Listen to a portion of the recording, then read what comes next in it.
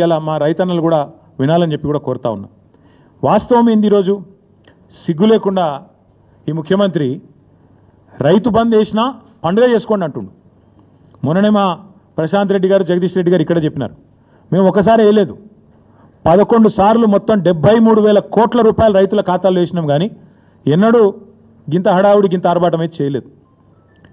ఒక్కసారి వేసి 4 పంటలకు గాను ఒక్క పంటకేసి దానికే పండుగ చేసుకోకండి అంటున్నాడు. వాస్తవం ఏంది అసలు? ఇవాళ రైతులకు ఎగ్గొట్టిందంతా యాక్చువల్గా ఇచ్చిందంతా రేవంత్ రెడ్డి ప్రభుత్వం. మీరు చెప్పింది ఏంది అసలు? ఇచ్చింది ఏంది? మీరు చెప్పింది ఏంది? రైతు భరోసా ఎకరానికి 15,000 ఇస్తామని చెప్పినావు నువ్వు. కేసీఆర్ 10,000 ఇస్తున్నాడు బిచ్చమేసినట్టు, నేను 15,000 ఇస్తా అన్నావు. కేసీఆర్ 2 పంటలకు ఇస్తున్నాడు, నేను 3 పంటలకు ఇస్తా అన్నావు. ఇవాళ ఏం చేస్తున్నావు మరి? ఇచ్చినావు ఎక్కడన్నా 15,000? అసలు రైతు భరోసా పేరుకు అర్థం ఉందా, తాత్పర్యం ఉందా? ఇంకొక మాట కూడా అడుగుతా ఉన్నా రేవంత్ రెడ్డిని నేను. నువ్వే కదా ఉత్తరం రాస్తే కౌలు రైతులకు 22 లక్షల మంది కౌలు రైతులకు ఉత్తరం రాసిండి నీ మొగోడు. మీ అందరికీ నేను రాగానే ఇస్తా, ఇచ్చేస్తూనే ఉన్నా, వస్తూనే ఉన్నా, ఇస్తా అని చెప్పి రెచ్చగొట్టిండు. ఇవాళ అసలు రైతులకు ఎగ్గొట్టింది, పట్టదారులకు ఎగ్గొట్టింది ఈ 4 పంటలు కలిపి 24,000 కోట్లు, కౌలు రైతులకు ఎగ్గొట్టింది 15,000 కోట్లు. మొత్తం కలిపితే ఈ ప్రభుత్వం ఒక్క రైతు బంధులోనే ఎగ్గొట్టింది 39,000 కోట్లు. ఎట్లా లెక్క అంటారా మీరు? ఆ లెక్క కూడా నేను తీసుకొచ్చినా, మీరు చూసుకోవచ్చు. ఒక్కొక్క ఎకరానికి ఎంత ఎగ్గొట్టిండు, మొత్తం కలిపి 39,000 కోట్లు ఎగ్గొట్టిండు ఒక రైతు బంధువులనే. ఇక రైతు రుణమాఫీ తీసుకుంటే అక్కడ దాదాపు 38,000 కోట్లు ఎగ్గొట్టిండు. 50,000 కోట్ల లెక్కను 12,000కు రౌండ్ ఆఫ్ చేసి ఆడొక 38,000 కోట్లు ఎగ్గొట్టిండు. రైతు బంధులో ఇంకో 39,000 కోట్లు ఎగ్గొట్టిండు. ఎట్లా అంటారా? 2023-24 రబీలో ఒక్కొక్క ఎకరానికి ఆనాడు 2,500 ఎగ్గొట్టిండు, 5,000 ఇచ్చి చేతులు దులుపుకున్నాడు. అప్పుడే ఎలక్షన్ అయిందన్నాడు. అప్పుడు కేసీఆర్ గారు పెట్టిన 7,500 కోట్లు ఇచ్చిండు. ఇచ్చి 2,500 ఎకరానికి అప్పుడే ఎగ్గొట్టిండు. తర్వాత ఒక పంట అయితే మొత్తానికి ఎగ్గొట్టిండు. ఎందుకంటే కేసీఆర్ ఏమో నాట్లు వచ్చినప్పుడు వేసేది, నాట్లు వేసేటప్పుడు రైతు బంధు వేసేది, ఈయన ఓట్లు వేసేటప్పుడే వేస్తాడు, తర్వాత వేయడు. మా రైతు సోదరులకు నేను చెప్తున్నా, మళ్ళీ ఓట్లు దాటినాయంటే తర్వాత రైతు బంధు ఉండదు. దానికి రైతు బంధుకు రామ్ మర్చిపోండి. రేవంత్ రెడ్డి గారి ప్రభుత్వం రైతు బంధును ఎగ్గొడుతుంది, ఏదో ఒకటి చెప్పి తప్పించుకుంటుంది. ఈ 2024-25లో అన్నాడు మొత్తం 23-24 వానాకాలంలో రబీల్నేమో 5,000 ఇచ్చిండు, మొత్తం 23-24 వానాకాలం ఏమో మొత్తానికి ఎగ్గొట్టిండు 7,500. అటెనక 2024-25 దానిలో కూడా మొత్తం ఎగ్గొట్టిండు 7,500. మొన్న మళ్ళీ 1,500. అంటే మొత్తం కలిపితే ఒక్కొక్క ఎకరానికి 19,000 బాకీ రేవంత్ రెడ్డి ప్రభుత్వం ఒక రైతు బంధుకి. అంటే మొత్తం కలిపితే 1,52,00,000 ఎకరాలకు తీస్తే లెక్క మొత్తం కలిపి ఇప్పుడు నేను చెప్పిన 39,000 కోట్ల రూపాయలు ఎగ్గొట్టింది కాంగ్రెస్ ప్రభుత్వం. టోటల్గా అన్నదాతకు సున్నం పెట్టింది కాంగ్రెస్ ప్రభుత్వం. అట్లాగే ఇక ఆయన చెప్పిన మాటలు, ఎవరు? రాహుల్ గాంధీ రుణమాఫీ అన్నాడు, ఏకకాలంలో చేస్తామన్నాడు. డైలాగులు తొడలు కొట్టుడు, మెడలు కొట్టుడు, ఉరుకుని తెచ్చుకోండి, నేను వస్తూనే ఉన్నా, వేస్తూనే ఉన్నా అన్నాడు. 49,500 కోట్లను కుదించి కేవలం దాన్ని రౌండ్ ఆఫ్ చేసి ఆఖరికి ఇవాళ 20,000 కోట్లు చేసినామని బయట చెప్తారు. నిజానికి ఇచ్చింది మాత్రం ఇప్పటికి 12,000 కోట్లు మాత్రమే. అక్కడ ఎగ్గొట్టిండు. అట్లే రైతు కూలీలకు మోసం, 500 బోనస్ అని అక్కడ మోసం, కౌలుదారులకు మోసం, ఆఖరికి పంటలు కొనక అది కూడా మోసం. కొంటే బోనస్ ఇవ్వాలి కదా, మొదలు వడ్లన్నిటికి ఇస్తామన్నారు, దొడ్డు వడ్లకు బోనస్ అని చెప్పిండ్రు. కానీ ఆఖరికి ఏం చేసిండ్రు? సన్న వడ్లకు అన్నారు, ఆ సన్న వడ్లకు కూడా ఇవ్వలేదు. ఆఖరికి మొత్తం మార్కెట్కి తెచ్చిన ధాన్యం 30% కూడా కొనలేదు. ఇది వాస్తవం. ఇక చెప్తా పోతే చాలా ఉన్నాయి, కానీ నేను ఒకటే చెప్పేది, ఇట్లా ఎన్నో రకాలుగా ఈ రైతులను మోసం చేసి ఈరోజు రాష్ట్రంలో ఉండే నిరుద్యోగులు ఇంకా పెద్ద జోకు, 60,000 తలకాయలు లెక్క పెడతారటిన మందికి పుట్టిన బిడ్డలు మా బిడ్డలు అని చెప్పుకునే బాపతు. కేసీఆర్ గారు ఇచ్చిన ఉద్యోగాలు, కేసీఆర్ గారి ప్రభుత్వంలో ప్రారంభమైన నియామకాలు, నీ టైంకి వచ్చే వరకు కాగితం ఇచ్చే మోకా నీకు దొరికితే దాన్ని పట్టుకొని నేను ఇచ్చిన ఉద్యోగాలంటే సిగ్గుందా అని అడుగుతా ఉన్నాం. వస్తావా అశోక్ నగర్కి చర్చకి? అశోక్ నగర్లో పెడదామా? వస్తావా? నిరుద్యోగుల మధ్యన చర్చ వచ్చింది కదా. నువ్వు మీ రాహుల్ గాంధీ ఛాయ్ తాగి పోజులు కొట్టి తెలుగులో ట్వీట్ పెట్టి మొదటి సంవత్సరంలో 2 లక్షల ఉద్యోగాలు ఇస్తాం అని నరికి 2 ఉద్యోగాలు మాత్రం సంపాదించుకొని నువ్వోటి ఆయనోటి తప్పించుకొని తిరుగుతున్నారు కదా.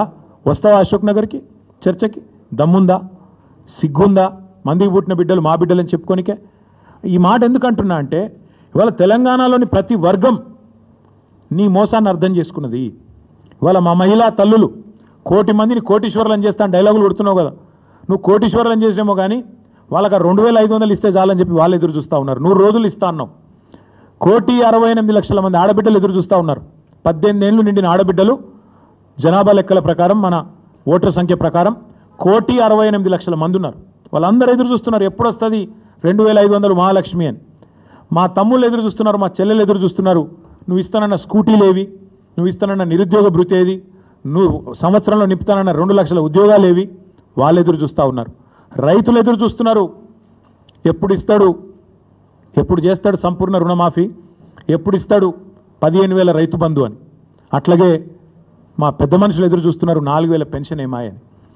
ఇట్లా ప్రతి వర్గాన్ని మోసం చేసి ఇంకా బుకాయించుకుంటూనే బతుకుతా అంటే నడవదు రేవంత్ రెడ్డి గారు.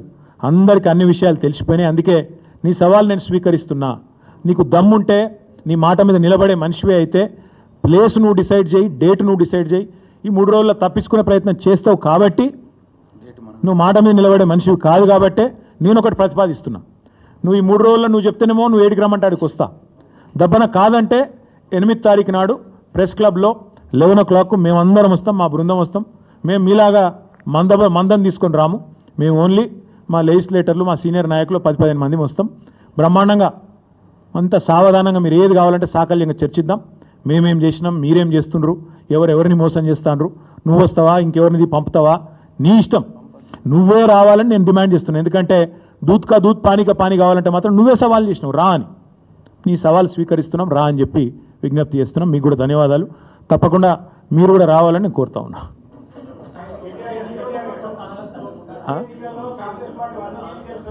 వందావని బోందా ఇంకో మీరు పిచ్చోళ్ళు వందనట. ఆయన సొంత కాన్స్టిట్యున్సీలనే ఇప్పుడు జెడ్పీటీసీలు గెలుతాడో లేదు పెట్టమని రాదు, ఎలక్షన్లు తెలుస్తుంది. నేను ఏమంటున్నా అంటే మాటలు కోటలు దాటుతాయి. రేవంత్ రెడ్డి ఇంకా కూడా పడిపోతారా? ఆయనకు అర్థం కాదు. మీరు కూడా మాటలకు ఈయన గీ మాటలు చెప్పి ఆ కుర్చీలో కూర్చున్నాడు. ఏదో అది చెప్పి ఇది చెప్పి 420 అడ్డమైన హామీలు ఇచ్చి ఢిల్లీకి వెళ్ళి టూరిస్టులను తీసుకొచ్చి ఈ డిక్లరేషన్ ఆ డిక్లరేషను. నేను ఒక్కటి అడుగుతున్నా, 100 సీట్లు గెలవాలి. ఎట్లా గెలవాలి? ప్రజలు ఓట్లు వేయాలి. ఎవరు ఓట్లు వేయాలి? దళిత బంధు రేవంత్ రెడ్డి గారి ద్వారా అందుకున్న దళితులు ఓట్లు వేయాలనా? ఎస్సీ ఎస్టీ డిక్లరేషన్ అమలు చేసినందుకు, 12 లక్షల అభయహస్తం ఇచ్చినందుకు దళితులు గిరిజనులు వేయాలనా? 4,000 పెన్షన్లు ఇచ్చినందుకు ముసలోళ్ళు వేయాలనా? 2 లక్షల ఉద్యోగాలు ఇచ్చినందుకు పిల్లలు వేయాలనా? లేకపోతే నువ్వు 2,500 ఇస్తున్నందుకు మహిళలు వేయాలనా? ఎవడేయాలి నీకు ఓటు? లేకపోతే నువ్వు ఎగ్గొట్టినందుకు రైతు బంధు రైతులు వేయాలనా? ఎవడేయాలి? ఎందుకు వేయాలి? ఏ వర్గం సంతోషంగా ఉంది?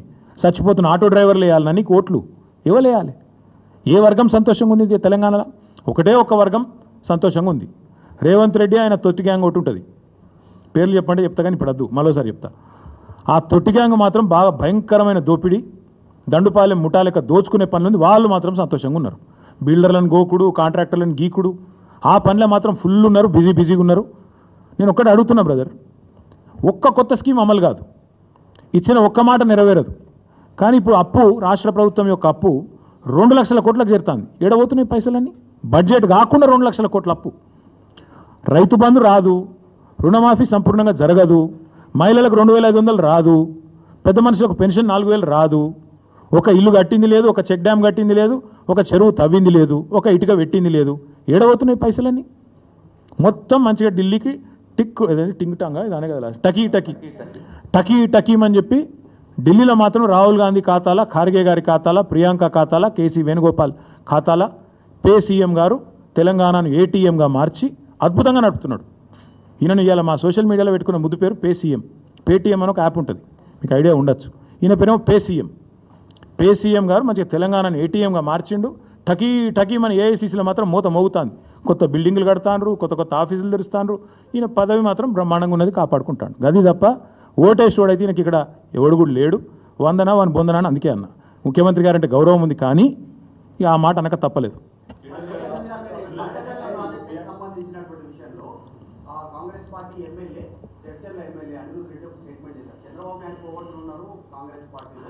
ఇక అస్సలైన కోవట్టే ముఖ్యమంత్రి బ్రదర్కి ఏం చెప్పాలి నీకు? అసలు సిసలైనోడే ముఖ్యమంత్రికి. అస్సలు కోవట్టు. రాష్ట్రంలో నడుస్తున్నది ప్రజాపాలన కాదు, రాష్ట్రంలో నడుస్తున్నది కోవట్టు పాలన. చంద్రబాబు నాయుడు గారి కోవట్టు ఇవాళ రాష్ట్రాన్ని ఏలుతున్నాడు. ఇది వాస్తవం. తమ్ముడు ఆ ఎమ్మెల్యే గారిని నేను అభినందిస్తున్నా. వాస్తవం, కనీసం కాంగ్రెస్లో ఒక్కడన్నా నిజం చెప్పాడు మిగిలిండు. ఆ ఎమ్మెల్యే గారిని నేను అభినందిస్తున్నా. ఎందుకంటే కరెక్ట్ ఆయన చెప్పింది. రాష్ట్రంలో నడుస్తున్నది పక్కా కోవట్టు పాలన. ఇక్కడి నీళ్లను ఆంధ్రాకి ఎట్లా తరలించాలనే కోవట్టు పాలన. ఇక్కడ నిధులు ఢిల్లీకి ఎట్లా తరలించాలనే కోవట్టు పాలన, ఇక్కడి నియామకాలను ఆదిత్యనాథ్ దాస్ గారిని తెచ్చి మొన్నటిదాకా తెలంగాణకు వ్యతిరేకంగా 10 ఏళ్ళు పనిచేసిన ఆదిత్యనాథ్ దాసు ఆయనని తీసుకొచ్చి ఎవడన్నా పెడతాడా? సాగునీటి సలహాదారి పెడతారా ఎవడన్నా? నిన్న మొన్నటిదాకా 10 ఏళ్ళు నీకు వ్యతిరేకంగా పనిచేసిన వాడట ఇవాళ వచ్చి న్యాయం చేస్తారట.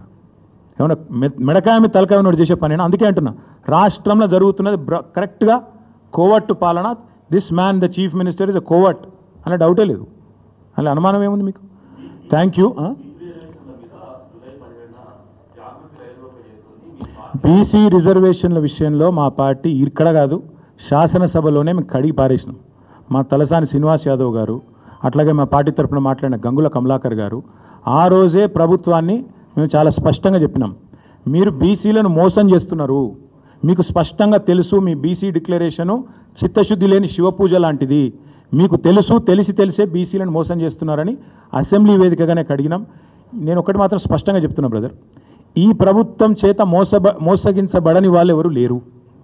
బీసీలను 42% రిజర్వేషన్ అని మోసం, దళితులను గిరిజనులను అభయహస్తం 12 లక్షలు ఇచ్చేస్తా అని చెప్పి అట్లా దగా చేసిండు, మైనారిటీలను సప్లాన్ అని చెప్పి దగా చేసిండు. ఈ వర్గం ఆ వర్గం అని కాదు బ్రదర్, మహిళలను మోసం, రైతులను మోసం, యువతను మోసం, అందరినీ మోసం. ఇక మోసాల పరంపర గురించి 420 హామీల గురించి బోలెడు కాలం ఉంది, మాట్లాడుకునేందుకు టైం ఉంది. నా రిక్వెస్ట్ మీతో, ఈ 72 గంటల గడువు 8 తారీఖు నాడు 11 గంటలకు అందరం సోమాజిగూడ ప్రెస్ క్లబ్లో కలుసుకుందాం. మిగతా విషయాలన్నీ విస్తారంగా అక్కడ మాట్లాడుకుందాం. Thank you.